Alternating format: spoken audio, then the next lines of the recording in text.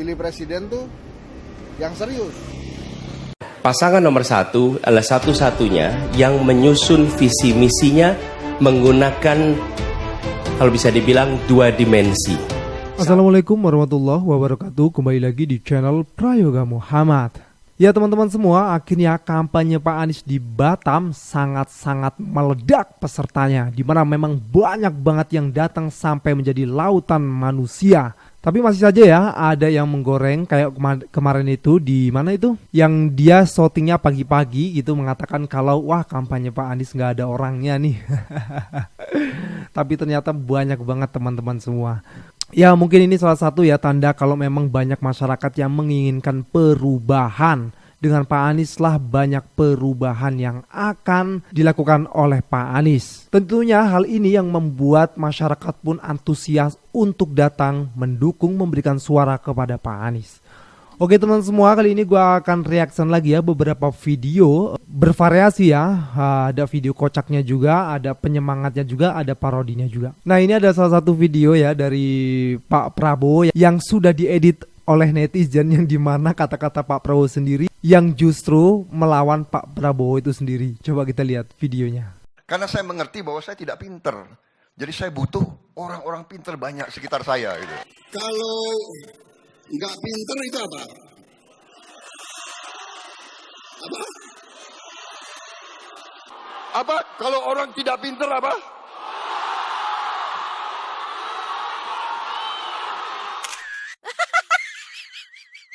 Jadi senjata makan tuan ya. Oke kita lanjut videonya. Saya akan memilih Prabowo. Prabowo akan menyukseskan Indonesia. Prabowo presidenku. Aing poho. Nih ya, pilih presiden tuh yang serius. Makanya kita tuh juga cari presiden yang serius mau dipilih kita. Jangan sampai kemudian ada presiden yang gak serius, terus nyangkanya kita juga gak serius mau milih dia, gak serius milih-milihnya. Ini kan gak usah dipilih tuh calon presiden. Soalnya gimana caranya dia ngatur negara dengan serius kalau dia aja gak serius mau jadi presiden. Ya gak? Ya gak? Minggir Wir, saingan lo di belakangnya ada Jokowi. Saingan? Sorry Wir, kita beda kelas. Anies perintis, bukan pewaris. This is Anies.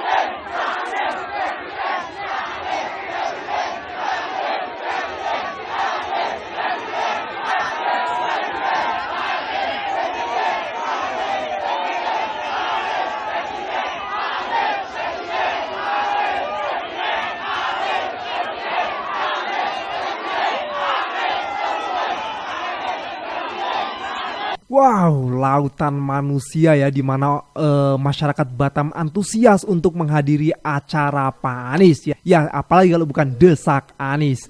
Ya teman-teman semua, kita tetap ya harus menjaga konsistensi kita ini untuk mendukung Pak Anies, di mana kita juga harus berperan di sosial media ya tentunya ya. Dan kita pun harus selalu support teman-teman yang terus memberikan dukungannya kepada Pak Anies melalui media sosial.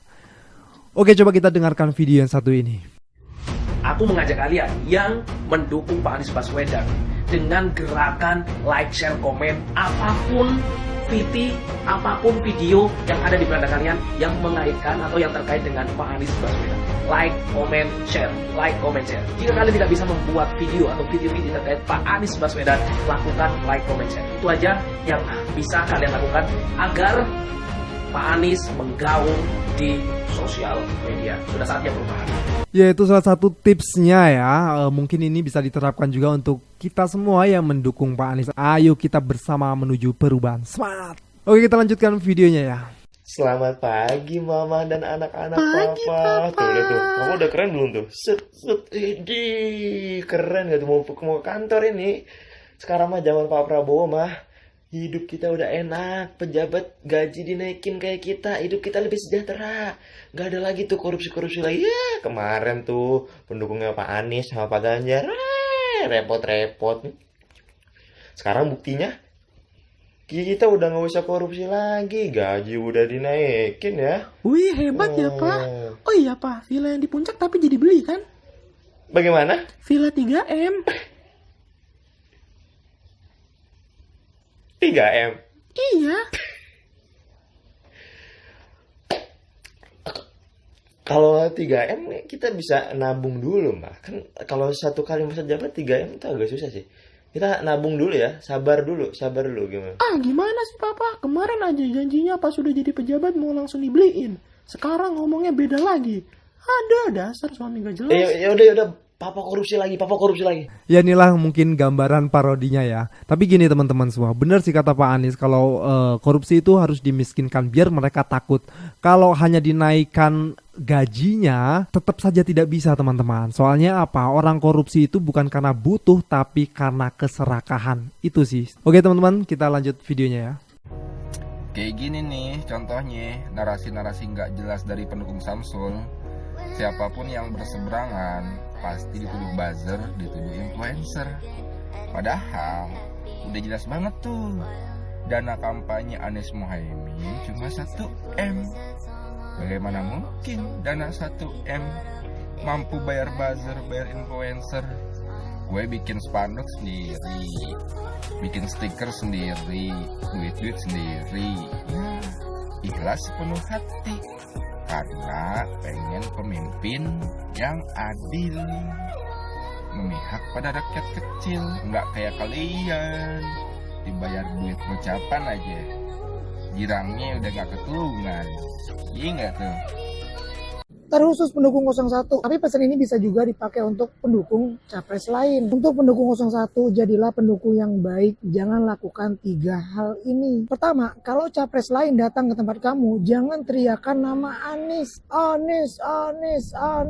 Jangan, itu norak, kekanak-kanakan. Lanjutin aja urusanmu yang positif dan kreatif. Tapi kalau mau ngetes kapasitas boleh aja. Kalau misal kedatangannya itu punya format seperti desak Anies, nah cecar tuh dengan pertanyaan. Kalau ada acara begitu, kalau nggak ada cukup jangan hadiri dan jangan ngerusuh di sana. Ingat itu norak. Dan yang norak-norak itu identik nggak pakai otak. Atau kalian hadir di acara debat, pas capres lain ngomong kalian teriak bacot. Itu buruk, nggak ada attitude, jangan begitu ya. Itu tanda orang yang punya keterbelakangan mental. Kedua, kalau ada yang posting dukungan terhadap capres mereka, selama itu nggak ada fitnahan terhadap Anies, biarin, itu hak, nggak usah dikomentarin. Kalau fitnah, baru lurusin. Dan kalau bisa lurusinya lewat posting, bukan komentar. Jangan kayak yang dialami sahabat saya, posting nyanyi untuk Anies diserang sama pendukung lain. Padahal cuma nyanyi, nggak ngomongin capres mereka. Sampai naik asam lambungnya. Karena nggak nyangka, cuma nyanyi kok dibully. Ketiga, jangan berkomentar kotor. Tajem boleh, tapi jangan kotor. Body shaming, jangan. Kalau kalian pernah ngelakuin itu, bertobatlah.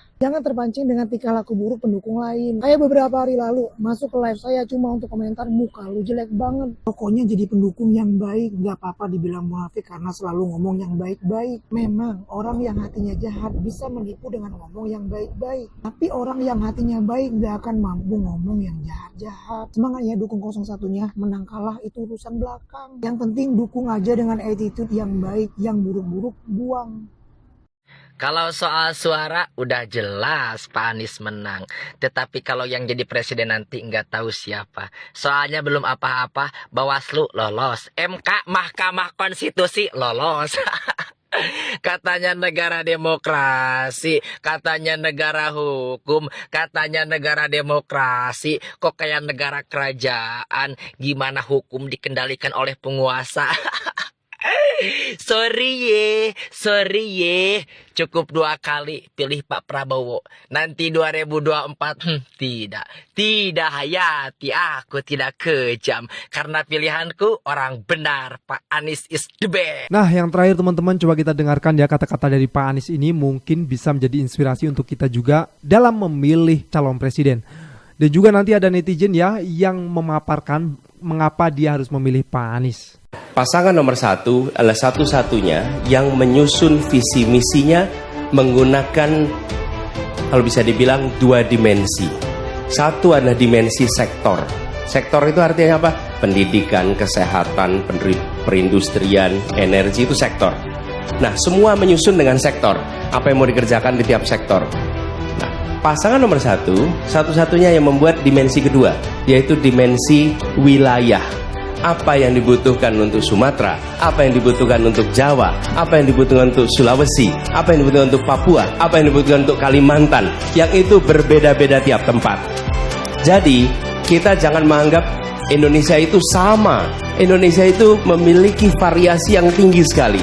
Dan disitulah ikhtiar kita untuk memasukkan, kalau istilahnya Miss Nia tadi, adalah missing point. Hal yang terlewatkan. Karena ketika kita bicara se-Indonesia, maka kita sering melewatkan urusan-urusan yang urgent di tiap-tiap daerah. Nah, caranya dengan membuat 2 dimensi. Dimensi sektor dan dimensi wilayah atau dimensi teritorial. Teman-teman boleh download visi misinya, Anda lihat di situ, sudah ya? Terima kasih. Makasih buat yang sudah download. Kasih tepuk tangan boleh dong yang sudah download. Buat yang belum silahkan download, nanti kemudian Anda baca. Dan Miss Nia, itu ada bahasa Inggrisnya juga Miss Nia. Jadi kalau mau dibagi kepada mereka yang menggunakan bahasa Inggris. Gue akan pilih Anies Baswedan untuk calon presiden tahun 2024 sampai dengan 2029. Gue mempunyai alasan yang cukup rasional dan cukup masuk akal dan mudah diterima oleh banyak orang kenapa gue milih Anies Baswedan. Yang pertama, gue suka banget yang namanya pemimpin yang menjunjung tinggi tema perubahan. Tema perubahan yang diusung oleh Anies Baswedan ini mempunyai banyak gagasan baru dan merubah banyak hal yang sudah ada di Indonesia. Gue gak punya alasan untuk memilih orang-orang yang sudah ada di koalisi. Gue tidak mempunyai alasan untuk mereka-mereka yang setuju dengan adanya pemerintahan yang sekarang. Gue gak bilang pemerintahan ini jelek, tapi harus ada perubahan. Hanya meneruskan tugas dari Pak Jokowi, menurut gue ya gak usah ada pemilihan kalau misalnya tidak ada perubahan sama sekali. Kenapa gue harus memilih sesuatu yang tidak berubah? Yang kedua, gue seneng banget cara beliau berkampanye untuk datang dari Sabang sampai Merauke, untuk berdiskusi dengan masyarakat sekitar, untuk menyelesaikan masalah-masalah yang ada di sekitar dengan cara pendekatan psikologis, dengan cara pendekatan secara pendidikan. Lalu selanjutnya, dia juga datang kepada masyarakat-masyarakat muda untuk bertukar pikiran bagaimana cara menyelesaikan suatu masalah yang ada di kalangan muda saat ini, yaitu millennials dan juga Gen Z. Bagaimana cara beliau untuk menyediakan lapangan pekerjaan dan lain sebagainya. Gue rasa berkampanye, berdiskusi, dan bertukar pikiran seperti ini, gue tidak pernah melihat sebelumnya ketika ada kepemimpinan atau mau ada pemilihan. Berdiskusi seperti ini adalah hal baru menurut gue. Artinya, dia mampu merubah kampanye yang konvensional, yang bagi-bagi uang, yang pasang billboard gede-gede dan lain sebagainya, yang menyerang, menjatuhkan lawan dan lain sebagainya. Menurut gue itu adalah konvensional banget. Tetapi dia menggunakan sesuatu yang lebih positif, yang lebih bermartabat dan juga lebih kreatif untuk menjadikan masyarakat kita untuk berpikir kritis, untuk menaikkan juga sumber daya manusia kita sendiri. Jujur, background seorang pengajar untuk menjadi pemimpin itu beda. Dia itu lebih menggunakan pendekatan secara psikologis. Terbukti dia diterima dengan baik ketika dia di Papua. Dia menggunakan pendekatan-pendekatan secara psikologis untuk berdiskusi langsung dengan masyarakat yang multikultural. Yang kita tahu bahwa orang Papua itu dikenal sebagai orang yang separatis dan lain sebagainya. Tetapi beliau mampu untuk menjadikan diskusi di situ itu menjadi menyala gitu loh. Dan bisa diterima oleh warga sekitar. Apakah ini akan merubah pandangan seseorang terhadap Papua? Apakah ini akan menjadi perubahan besar di Papua nanti? Ya who knows, kita nggak tahu sebelum kita memilih orang tersebut menjadi seorang pemimpin. Anies itu pinter ngomong. Dia itu kerjanya cuma ngomong doang. Gue paham banget soal ini. Yang namanya pemimpin itu harus benar-benar bisa ngomong. Kalau misal pemimpin tidak mempunyai gagasan, tidak mempunyai ide, tidak bisa berbicara, tidak bisa berkomunikasi dengan orang-orang yang ada di sekitarnya, maka yang terjadi adalah orang-orang di sekitarnya itu miskomunikasi dengan apa yang ingin disampaikan oleh seorang pemimpinnya. Kalau misalnya gubernur itu punya ide, punya solusi jangka pendek, solusi jangka panjang, maka dia mampu untuk menjadikan Indonesia menjadi lebih baik karena dia itu mempunyai ide dan dikerjakan oleh rekan-rekannya, yaitu bisa menteri atau orang-orang yang lain. Gue adalah pemilih yang realistis. Gue akan menggunakan teknik eliminasi ketika gue memilih seseorang. Gue akan melihat mana orang yang mempunyai red flag paling sedikit dan mempunyai gagasan paling banyak. Ketika tidak mempunyai gagasan dan dia hanya bisa joget dan juga bisa nari dan juga gemes-gemesan ataupun dia hanya bisa menangis sok-sokan fly victim, gue gak akan memilih orang tersebut. Ketika gue memilih, gue artinya mempunyai standar yang tinggi dan mempunyai ekspektasi yang tinggi. Orang ini mempunyai perubahan besar yang dibuktikan ketika orang ini berkampanye melakukan perubahan besar ketika adanya kampanye-kampanye konvensional yang sebelumnya. Gue juga mengapresiasi ketika orang tersebut mencoba relevan dan mengikuti perkembangan zaman yang ada untuk mendekati kaum-kaum milenial dan juga Gen Z. Artinya dia mampu memahami psikologis orang. Itu menunjukkan bahwa dia mampu untuk mempengaruhi bagaimana keputusan orang tersebut dibentuk. Gue gak peduli, setelah ini gue diserang buzzer atau dan lain sebagainya, gue gak peduli sama sekali. Tapi setiap pemilihan, kalian harus milih dengan cara realistis. Jangan menggunakan cara-cara yang konyol hanya karena dia gemes, hanya karena dia suka yang namanya tari dan lain sebagainya. Kayaknya itu sangat-sangat tidak realistis dan juga ini menyangkut Indonesia di masa yang akan datang. Gue paham kok kalau misalnya kita yang namanya di Indonesia, kita harus tetap bekerja, kita harus tetap mencari uang dengan kaki kita sendiri. Tapi paling tidak dengan pemimpin yang baru banyak sekali regulasi-regulasi yang akan dibentuk, yang akan dirubah untuk menjadikan Indonesia ini menjadi lebih baik untuk mencari pekerjaan, bagaimana Indonesia ini menjadikan pro kepada rakyatnya. Nggak masalah misal kalian milih 02 atau 03, itu adalah hak kalian, tapi paling tidak kalian harus mempunyai alasan yang paling realistis kenapa kalian memilih sesuatu. Kalau misalnya alasan kalian tidak realistis, jangan sampai ini menjadikan Indonesia ini menjadi lebih buruk daripada sebelumnya. Jangan sampai kalian tuh golput. Misalnya tidak ada satupun pilihan yang bagus bagi kalian, kalian harus mempunyai yang namanya political consequences ataupun yang namanya kesadaran politik tingkat tinggi. Kalau misalnya kalian ingin golput, datang ke tempat TPS-nya, rusak surat suaranya agar kalian itu suaranya tidak digunakan oleh orang lain. Ya begitulah tadi ya teman-teman semua, semoga video ini manfaat untuk kalian semua ya dan bisa menjadikan kalian lebih cerdas lagi dalam memilih. Oke teman-teman semua, jangan lupa berikan komentar positif kalian di bawah ini. Jangan lupa juga untuk like, subscribe channel ini. Sekian dari gua Prayoga Muhammad. Wassalamualaikum warahmatullahi wabarakatuh.